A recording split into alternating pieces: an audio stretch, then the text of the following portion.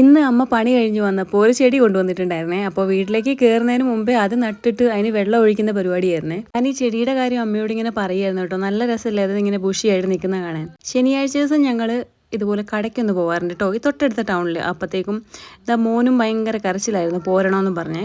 അങ്ങനെ എന്താ ചാടി വണ്ടിയുടെ മുന്നിൽ കയറി. അപ്പം ഞാൻ പുറകേക്ക് ഇരുത്തി കേട്ടോ, അത് സേഫ് അല്ലല്ലോ. അങ്ങനെ ഞങ്ങൾ നേരെ കട്ടപ്പനയ്ക്ക് വിട്ടേ, കാരണം അച്ഛന് പെട്രോളൊക്കെ അടിക്കാനുണ്ടായിരുന്നു. വൈകുന്നേരം ആയതുകൊണ്ട് തന്നെ നല്ല തണുപ്പായിരുന്നേ. ഇവിടെ ഇങ്ങനെയാ വൈകുന്നേരവും അതുപോലെ അതിരാവിലെയൊക്കെ നല്ല തണുപ്പായിരിക്കുവേ. പിന്നെ പോണ വഴിക്ക് 1-2 ടൂറിസ്റ്റ് ബസ് കണ്ടായിരുന്നേ. അതിൻ്റെ ആ ലൈറ്റ്സും മ്യൂസിക്കും എല്ലാം കൂടെ കേൾക്കുമ്പോൾ നല്ലൊരു വൈബല്ലേ. അകത്തിരിക്കുന്ന ആൾക്കാർക്ക് മാത്രമല്ല പുറത്തിരിക്കുന്നവർക്കും അങ്ങനെ തന്നെ. അങ്ങനെ കട്ടപ്പന എത്തിപ്പെട്ടത് കുറേ നേരത്തിന് ശേഷമായിരുന്നു കേട്ടോ. അത്യാവശ്യം ബ്ലോക്ക് ഉണ്ടായിരുന്നേ ഇന്ന്. ശനിയാഴ്ച ദിവസം ഇങ്ങനെയായിരിക്കും കേട്ടോ, നല്ല തിരക്കുള്ള സമയമായിരിക്കുവേ. പ്രത്യേകിച്ച് ഈവനിങ് ടൈമിൽ ചന്ത ദിവസം ആയതുകൊണ്ടേ. പിന്നെ ഞങ്ങൾ ആദ്യം ATM പോയി, പിന്നെ മീൻ വാങ്ങിക്കാൻ പോയി കേട്ടോ. നാളെ ഇനി അതിൻ്റെ പേരിൽ ഇറങ്ങണ്ടല്ലോ. അപ്പോൾ നല്ല ഒമാൻ മത്തി കിടക്കുന്ന കണ്ടു കേട്ടോ. എനിക്ക് ഭയങ്കര ഇഷ്ടമാണേ മത്തി. എനിക്ക് മാത്രമല്ല വീട്ടിലെല്ലാവർക്കും ഇഷ്ടമാണ്. അപ്പോൾ കയ്യോടെ തന്നെ മത്തി 1 കിലോ വാങ്ങിയേ, നാളത്തേക്ക് വേണ്ടിയാണേ. പിന്നെ കുറച്ച് വെളിച്ചെണ്ണ വാങ്ങിയിട്ടുണ്ടായിരുന്നേ ആട്ടുന്ന മില്ലിൽ നിന്ന്. എത്രയൊക്കെ വില കൂടിയാലും കറിക്കൊന്ന് വറുത്തിടണമെന്നൊക്കെ ഉണ്ടെങ്കിൽ വെളിച്ചെണ്ണയ്ക്ക് മാത്രമേ ഉള്ളൂ ടേസ്റ്റ് ഉള്ളൂ. പിന്നെ പെട്രോൾ അടിച്ചു.